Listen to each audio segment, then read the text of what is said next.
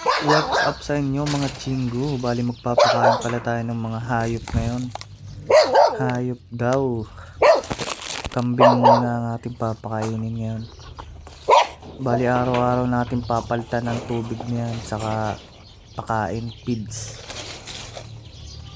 Nanunguwag nga pala yung kambing natin mga chingu. Ganito ang trabaho ko sa Korea, all around. Araw-araw yan. Medyo takot pa tayo. Unang araw nating pakainin yan. Nambubundol yan mga idol. Nakakatakot din yung sungay, napakatitil. Baka biglang manuwag ay Pero kaya natin yan. Papasukin na natin yan. Pabaga na pag nagkataon niya. Ayaw palang hinahawakan yung mga kambing na yan. Naiirita sila, nanunuwag lalo. And after that, papakainin naman natin yung aso.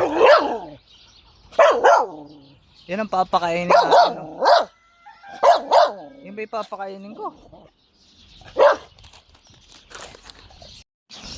At kaya na nga mga idol. Patibayan na ng loob. Tagal ko dyang makikiramdam kung paano papakainin yung aso niya. Hindi ko makapasok sa loob.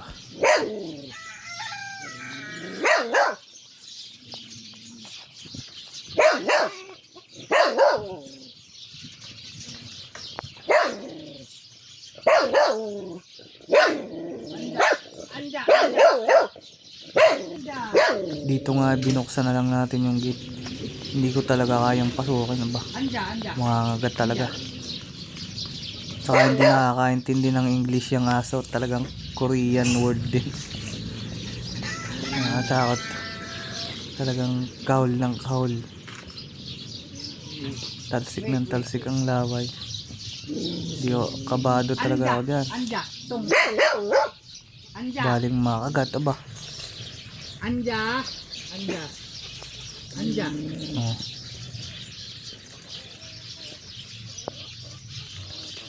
Moko.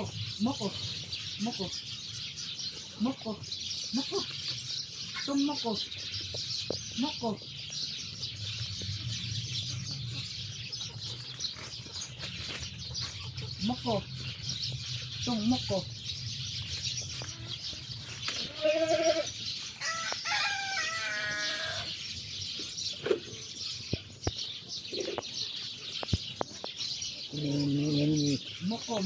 Anja.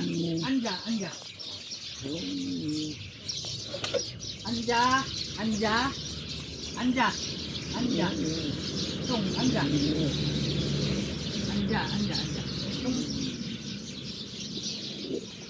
Tung, wait.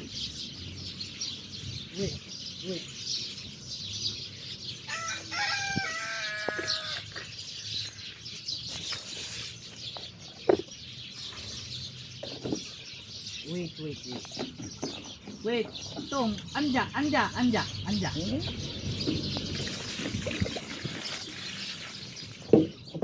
Tung,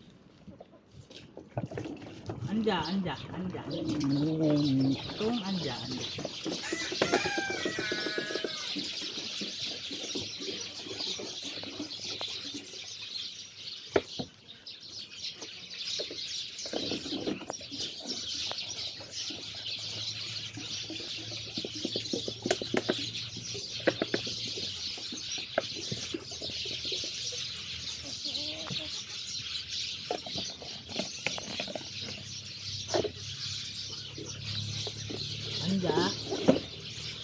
Anja. Tung, anja.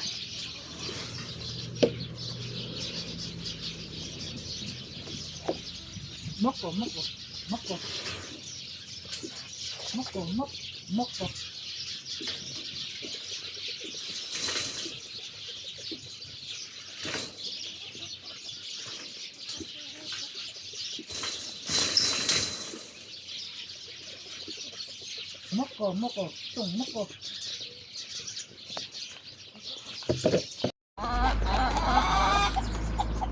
Yan, papakainin natin yung mga yan. Palit tubig yan araw-araw. Kakain. Ito ang mga maliligalig sa lahat eh. Yang mga yan. Kakarnihin ko kayo.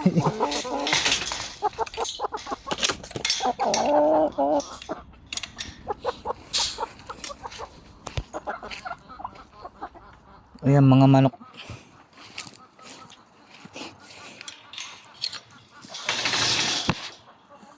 Ayan pabo.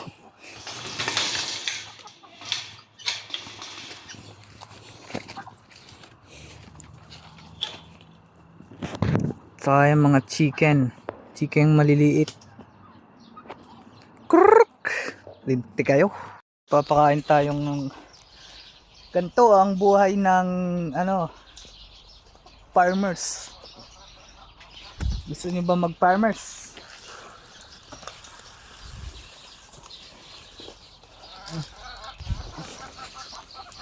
Egg oh. Labon ka. Wait tale.